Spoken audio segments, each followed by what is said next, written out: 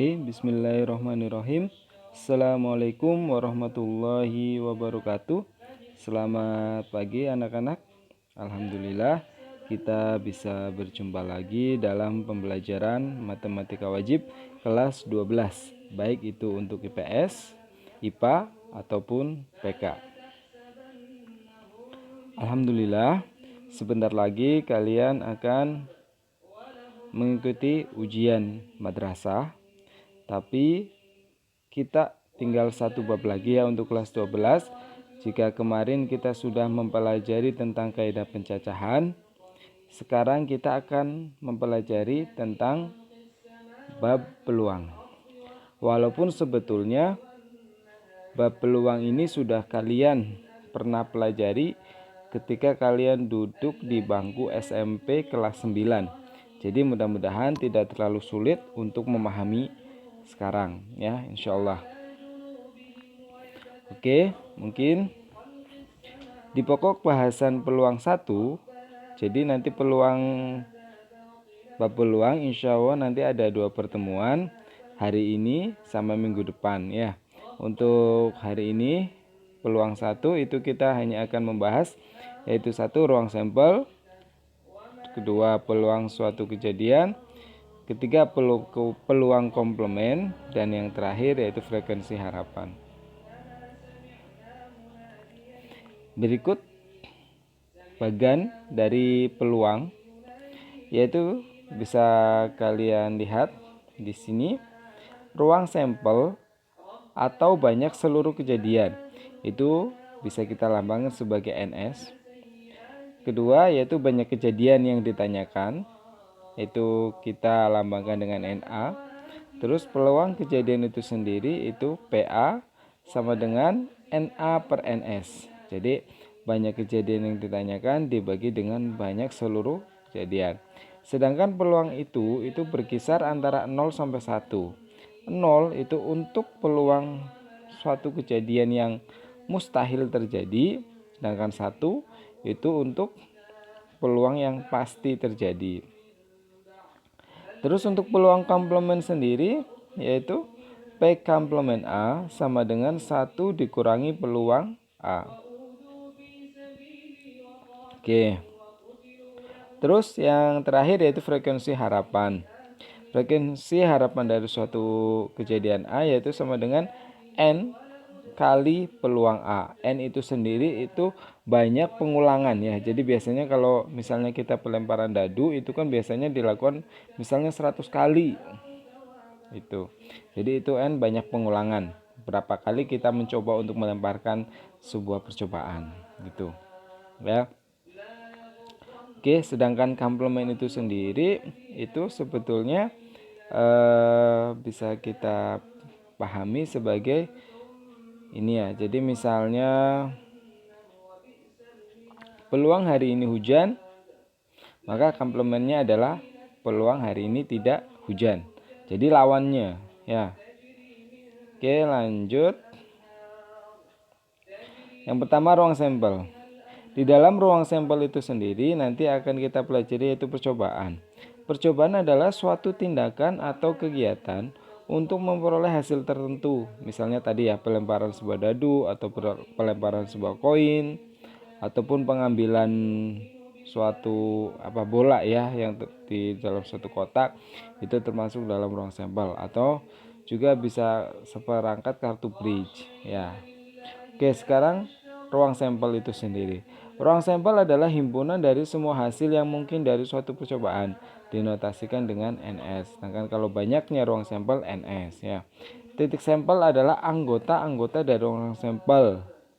Kejadian adalah himpunan bagian dari ruang sampel. Contoh, pada percobaan pelemparan sebuah dadu, maka ruang sampelnya adalah 1, 2, 3, 4, 5, 6. Jadi ini dadu bermata 6 ya.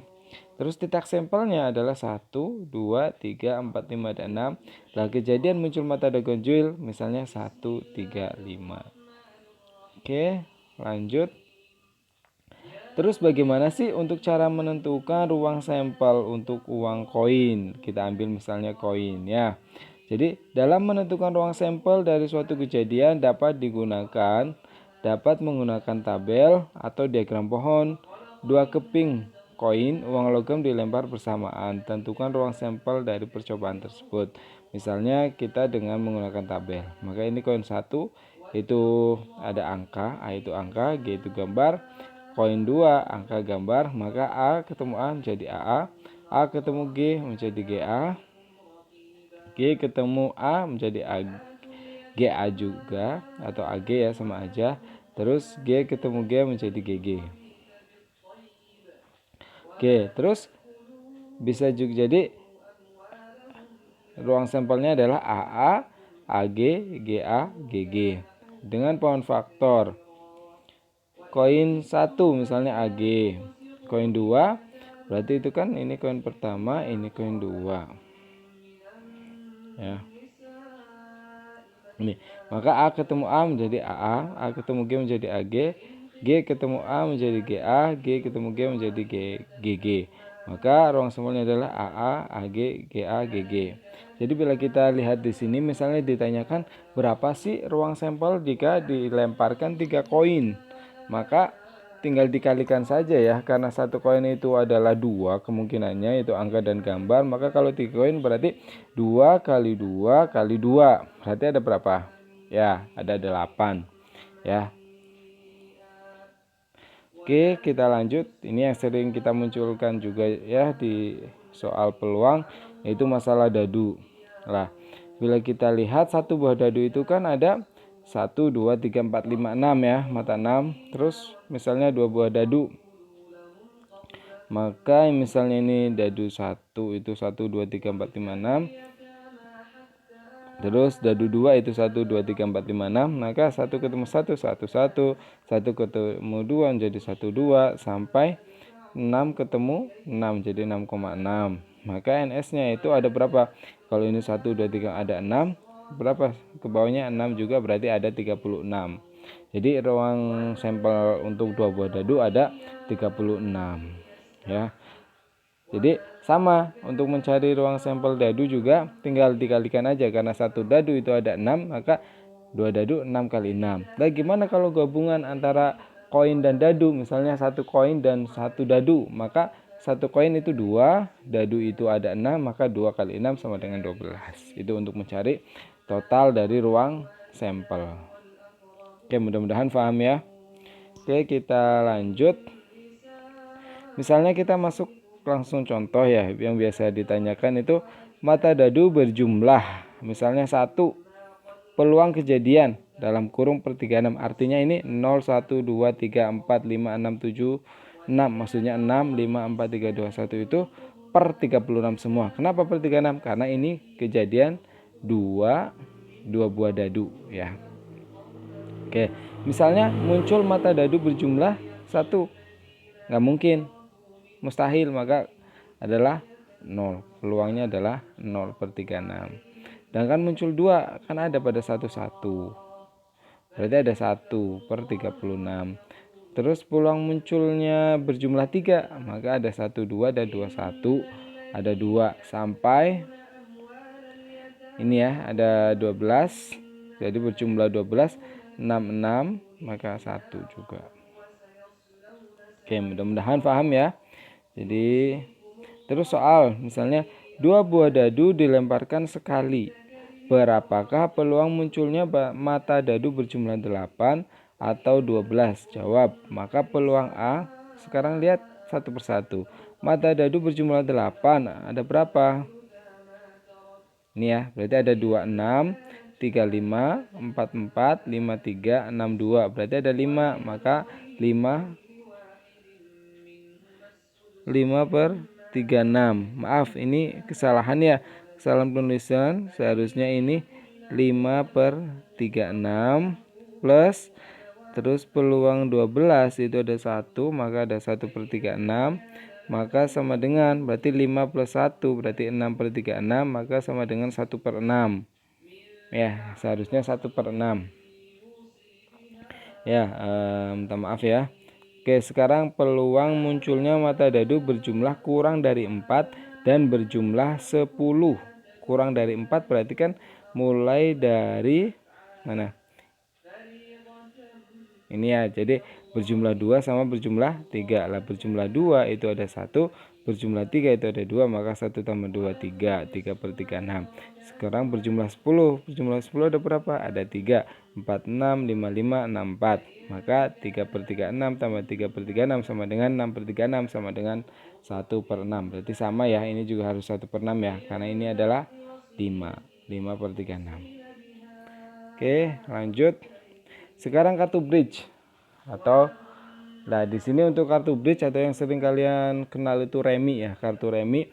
Namun yang kita hitung dan biasanya di soal itu tanpa melibatkan joker. Sehingga kalau tanpa melibatkan joker itu total kartu ada 52. Nah, di dalam kartu bridge itu terdiri dari 26 kartu hitam, 26 kartu hitam, 26 kartu merah. Terus di kartu merah itu ada di bergambar hati dan berlian. Kartu hitam itu bergambar sekop dan keriting. Lah masing-masing berjumlah 13. Terus setiap kartu terdiri dari satu kartu king, satu kartu jack, satu kartu queen dan satu kartu as. Jadi masing-masing ada 4. Jadi ini perwakilannya ada ya. Jadi satu kartu king yang bergambar hati, satu king yang bergambar berlian, satu king yang bergambar sekop, dan satu king yang bergambar keriting. Berarti ada 4 jenis. Makanya semuanya juga sama ya, ada 4. Terus 9 kartu bernomor 2 sampai dengan 10. Nah ini juga 2 sampai 10 juga mewakili hati. Hati itu berarti ada antara nomor 2 sampai 10. Berlian juga 2 sampai 10. Sekop juga, keriting juga. Maka total kartu itu ada 36. Kenapa ini ada 9 ya? Berarti 9 kali 4 itu ada 36. Oke. Misal contohnya, berapa sih peluang munculnya kartu as jika diambil sekali dalam satu set kartu bridge? Nah, kartu as itu kan ada 4 ya. Dari total ada 52, maka 4 per 52 sama dengan 1 per 13. Terus kedua, misalnya peluang munculnya bukan kartu king jika diambil sekali dalam satu set kartu bridge. Nah, berarti ini komplement ya. Maka P komplement A sama dengan 1 dikurang peluang A sama dengan 1 dikurangi peluang munculnya kartu king itu kan 4 per 52. Berarti total keseluruhan ada 1, maka 1 dikurang 4 per 52. Nah ini tinggal disamakan penyebut. Berarti 5 per 2 per 52 dikurang 4 per 52 sama dengan 48 per 52. Atau bisa kita cari juga karena kartu king itu kan ada 4 ya. Total ada 52. Maka 52 dikurang 4, maka ada 48. Totalnya tetap 52. Gitu aja ya, lebih mudah. Terus dari satu set kartu bridge, berapakah peluang jika diambil kartu hitam atau kartu king? Nah, kartu hitam itu kan ada 26 per 52. Kartu king ada 4 per 52. Tapi ini kenapa kok dikurang 2 per 52? Karena kartu king itu kan ada yang berwarna hitam. Berarti kartu king ada 2 yang sudah masuk di sini. Maka ini dikurang 2 per 52. Ya, jadi ini yang ditambahkan adalah kartu king yang berwarna merah, sedangkan kartu king yang berwarna hitam dikurang lagi, tidak masuk. Kenapa? Karena udah masuk di 26 per 52 ini. Maka totalnya ada 28 per 52 atau sama dengan 7 per 13. Sekarang contoh 2. Sebuah kantong berisi 8 kelereng merah dan 5 kelereng biru. Jika diambil 3 kelereng sekaligus secara acak, peluang terambilnya 2 kelereng merah dan 1 kelereng biru adalah, maka peluang A ini melibatkan kaidah pencacahan yang dulu. Ini pakai konsep kombinasi. Kenapa pakai kombinasi? Karena kita bebas mau mengambil kelereng yang manapun aja ya, yang penting berwarna merah. Jadi nggak memperhatikan urutan. Oke, ini berarti kombinasi 8 dari 2, kombinasi 2 dari 8 dikalikan kombinasi 1 dari 5. Kenapa? Ini karena kelereng merah itu kan 8, diambil 2. Terus dikali kelereng biru ada 5, diambil 1. Per ini total kelereng ada 13. 8 tambah 5 13. Diambil berapa? Diambil 3. Ya, jadi ini NS-nya. Oke. Maka nah ini pakai cara simpelnya ya. Ini 8C2, maka ini 8 kali 7 per 2 kali 1. Jadi ini 8 itu perkalian ke belakang sebanyak 2 kali. ini. Kenapa 2 kali ini? Diambil 2. Terus 2 kali 1 ini, 2 ini. Apa perkalian ke belakang sampai 1? Oke. Sekarang ini 5C1, maka 5/1. Terus 13C3 berarti perkalian ke belakang sebanyak 3 kali dan perkalian ke belakang dari 321. Maka tinggal dicoret-coret aja ya. Nanti akan keluar 70/143. Jadi jangan dikali, lebih enak. Misalnya nih 21 di atas ini bisa kita coret dengan 21 ini. Terus 12 ini bisa kita coret dengan 4. Lah 8 dibagi 4 2. Maka 2 kali 7 kali 5 70. Nah 143 dari 13 kali 11, maka 143. Terus sebuah contoh kedua, sebuah kotak berisi 2 bola merah dan 6 bola putih. Dari dalam kotak diambil 1 bola berturut-turut 2 kali tanpa pengembalian. Berarti kalau udah diambil tetap disimpan, jangan dimasukkan lagi ke dalam kotak tersebut ya. Maka peluang terambil bola pertama putih dan bola kedua merah adalah, maka karena peluang terambil bola pertama adalah putih, bola putih ada berapa? Ada 6. Total bola ada berapa? Ada 8. Maka 6 dari 8, 6/8 dikali yang kedua kan merah. Merah ada berapa? Ada 2. Lah per 7. Kenapa 7? Karena udah diambil 1 di peluang pertama ini, di pengambilan pertama. Makanya ini sekarang jumlah bolanya berkurang menjadi 7. Ya, maka udah gampangnya ini 2 dibagi 2 1, 8 dibagi 2 4. Ya, 6 dibagi 2 3, 4 dibagi 2 2, 2 kali 7 14. Maka hasilnya 3/14. Oke, mungkin itu saja pembelajaran hari ini untuk bab peluangnya. Mudah-mudahan kalian bisa memahami dengan baik. Apabila masih ada yang belum jelas, bisa menanyakan langsung kepada para ustadznya ya, atau dengan memplay terus-menerus video ini. Mudah-mudahan bisa membantu kalian untuk mempelajari bab peluang ini. Oke, mungkin itu saja pertemuan hari ini. Kurang lebihnya mohon maaf. Billahi taufiq wal hidayah. Wassalamualaikum warahmatullahi wabarakatuh.